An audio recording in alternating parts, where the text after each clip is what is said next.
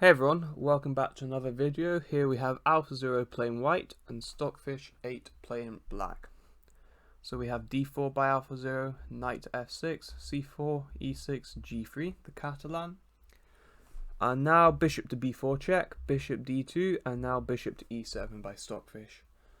So black has wasted a tempo here, but the check on b4 misplaced the white bishop. Normally that bishop here would probably want to be on something like f4. So black is willing to give up a tempo here to make white's development a bit less harmonious.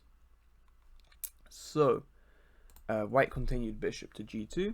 We have d5, knight to f3, and now c6. And black is supporting d5 here so that the bishop on g2 sort of loses its scope. If you look, if black supports d5 enough, it's sort of just hitting granite here because the pawn on d5 is bolstered so well. And if instead of c6, black say took on c4 thinking they're winning a pawn, well, white could just play queen to a4 check and then win the pawn back, and now white has a nice 2-1 central pawn majority. So after c6, we have queen to c2, b6, castles, bishop b7, knight c3. Again, black could take c4, but once they're going to lose a lot of central control if they do that. So Stockfish castled, but after rook fd1, Stockfish took the bait and took c4. And AlphaZero has sacrificed a pawn here. But black has lost some central control now, and specifically this pawn on d5 used to, as I said before, stop the bishop having as much scope. Now that this long diagonal has been opened, AlphaZero plays knight to e5, and look at this, the bishop has been opened up and now is excellent. c6 is weak, the knight attacks it, c4 is weak, the knight attacks that too, and all of a sudden white's pieces are looking well placed.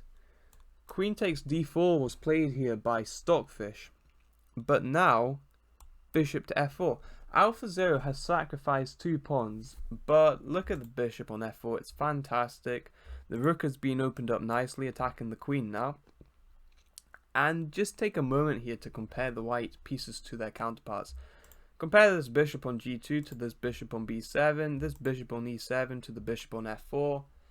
This knight on e5 is fantastic. All of white's pieces are so well placed and it's well worth the 2 pawns. Queen to c5. And now if we look at black's position, black's only sort of decent minor pieces is this knight on f6. So therefore knight to e4 was played by AlphaZero, trading this strong piece off. We have knight takes e4, queen takes e4, and look at the way the white pieces work together to eye these 2 main weaknesses on c6 and c4. This knight on b8 cannot even move here. If the knight obviously can't go to d7, and if knight a6, knight d7 would be a fault, but also rook d7 looks exceptionally strong. So therefore, after queen takes e4, we have c3 by Stockfish. And the idea of this is after b takes c3 to at least get the bishop onto a better diagonal on a6. And whilst this is true, well, white's pieces are still really well placed. c6 is still really weak, the knight on b8 is still horrible, and it really cannot move at all now. And here AlphaZero played a really difficult move to understand. It played g4, and I honestly find this really weird. But if you think about it, there isn't a whole lot black can do here. The knight on b8, as I said before, can't move. c6 is really weak. The rooks can't really do much. So in general, I think g4 is sort of laughing at Stockfish here. Stockfish cannot do a whole lot, and white's just sort of gaining space. It looks a bit weakening, but maybe g5 followed by knight g4 could be an interesting idea in the future. So yeah, black really can't do a lot here, and Stockfish sort of lashed out with the move f6. Sick of this wonderful knight on e5, but the problem is now all these light squares have been weakened. In particular, e6 is now weak. If instead of f6, black had, say, taken on c3, well, rook a c1, and white's pieces are all absolutely fabulous. If, say, rook to d8 here, well, you just take on d8 and then bring the other rook in. And just, especially this position, look at black's pieces compared to white's. It's really just quite amazing. So yeah, f6 was played. As I said, this weakened a lot of light squares. AlphaZero decided to take the pawn. At first glance, it looks like this allows black to trade off their bad knight on b8, but if knight takes c6, white takes e6 with check here. And after king h8, takes on c6, attacking the rook on a8, and after rook d8, a key move actually is bishop d7, and this is just domination of the light squares. And the bishop on d7 is actually really well placed. It just controls all of the light squares in black's position and makes the rooks just really kind of hopeless. And a key point is this bishop on e7 is really awkwardly placed, and the queen on c5 is tied down to it. Black can't take c3, for example.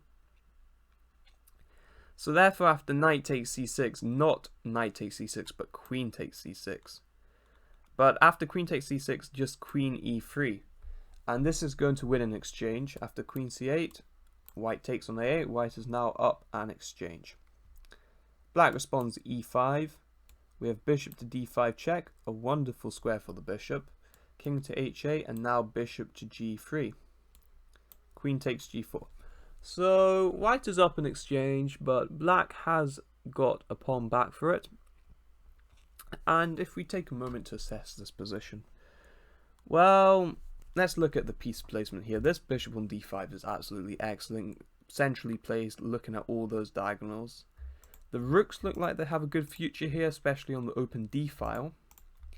But the one white piece that looks like it's not so great is this bishop on g3.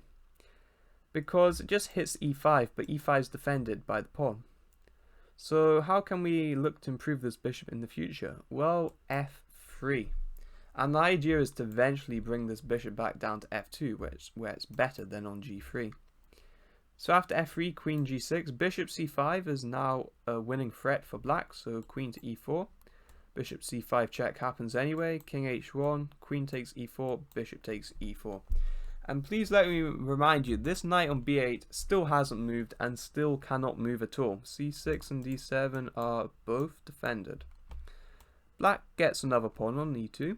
We have rook d2, bishop c4, rook a d1, doubling rooks on the open file. King g8, and now king g2. We have g6, bishop f2, and this is this plan I was talking about before. The bishop on g3 wasn't great, so white just puts on a better diagonal. Black reluctantly trades it off. And after king f7, we have rook to d8. And this is actually quite a strong move, because white is first of all threatening to take on f8, and then, after king takes, play rook d8 check and win the knight on b8. And if black takes on d8, well, white will take back, and after knight a6, rook d7 check, win the pawn on a7. So therefore, after rook d8, rook to e8 by black, which isn't a particularly pleasant move to play, but now after rook takes, king takes, at least rook d8 is not even possible.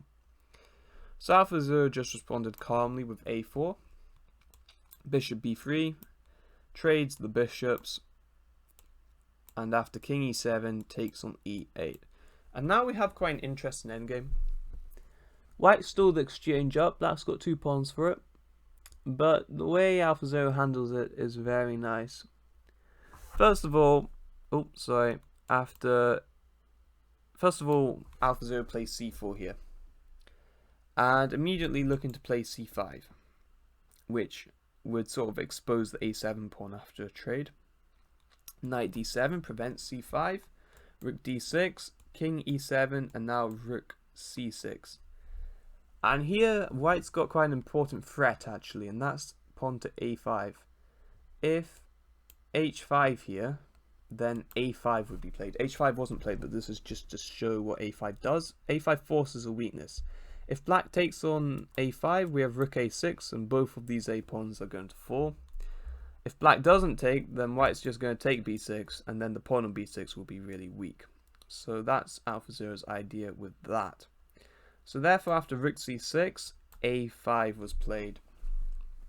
by Stockfish here, preventing white from playing a5. AlphaZero responded king e3, f5, and now AlphaZero looks again. How can we try and create more weaknesses? Well, another pawn lever, h4, looking to play h5, king f7, f4, e4. Now the king's got control over d4, so the king can go there. And we have h5 now. And there's quite a subtle threat here, and that's not to take on g6, but to actually play the move h6. In this position, AlphaZero took on h5. Oh, sorry, Stockfish took on h5. Let's say king e7 was played. Well, now not pawn takes g6, but h6 is super strong. And the point is, after king f7, well, there'd actually be a zigzag with king to d2. The knight can't move because you would take b6. So let's say king e7, but now rook takes g6 is the big idea. And if h takes, we have h7 and the pawn promotes. So therefore, after h5, we have g takes h5. Stockfish could not allow this pawn to get to h6.